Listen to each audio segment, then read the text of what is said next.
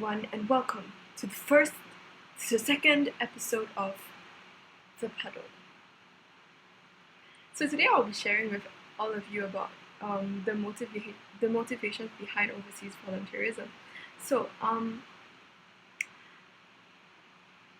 a lot of people have been, a lot of my friends have been going overseas to volunteer lately, to Cambodia, to the Philippines, to halfway houses at some places, to Africa, and for some reason a lot of people have been going to Kenya. So have I.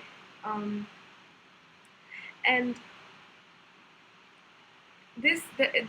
because overseas volunteerism has because the trend in overseas volunteerism has increased so much, just looking at my friends around me who have gone overseas to volunteer, I think there are some issues that sometimes make me think very hard about these. Okay, I'm just going to use my trip to Kenya as one of the examples. And when I speak to Kai about it, somehow it seems that the money that I spent flying from Singapore to Nairobi, that was $2,100, could have been better spent on maybe donations to the children in the schools in Kenya.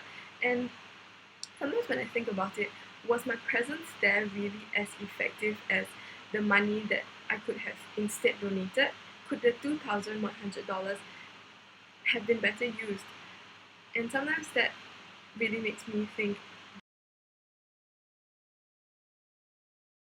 And she really thought I was weird. And she said to me in my second week that I was there, she said to me, "Amanda, why are you so weird?" And I said, and then she told me right into my face. She said, "Amanda, did you know that you're really weird?" And I said, "No, why?" And she said, "Number one, why do you always wear high-waisted clothes? It's really weird. And number two, why do you always speak Spanish? And number three, why must you take photos of everything you see? You take photos of the food, you take photos of the church, you take photos of the children, you take photos of us, you take photos of yourself, you take photos of the watchman. Why? It's really weird. And number four, why do you put this smear sunblock all over your body when you go into the sun? And number five, why do you wear long pants and long sleeve shirts when you go out to garden? And number six, why is your head so big?" And that really cracked me up because she sounded exactly like my friends in Singapore. She sounded exactly like my sister.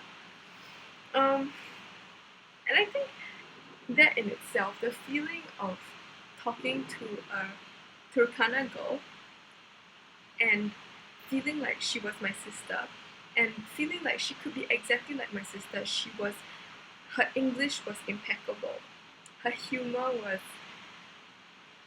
Kenyan but funny, and the way she spoke to me was exactly how my friends would speak to me in Singapore. And that was not what I expected of the Turkana, because all the other Turkana girls, they were the girls who were living in the villages, those who were not adopted by the mission and lived in the villages, in the manyatas, outside of the mission. Those girls, when I looked at them, I couldn't imagine them thinking and doing the same things that me and my friends did. They were married off when they were 13 to old men for 14 goats. At my age, they usually had children. They had children 6 years old, 7 years old. I met a girl who was 20 and her son was 6 years old. And they don't speak English, and they are very shy because they're very scared because they have been beaten so much. And in a way, I think that I find it difficult. It's like watching National Geographic. It's like looking at pictures of these girls. I cannot relate to them.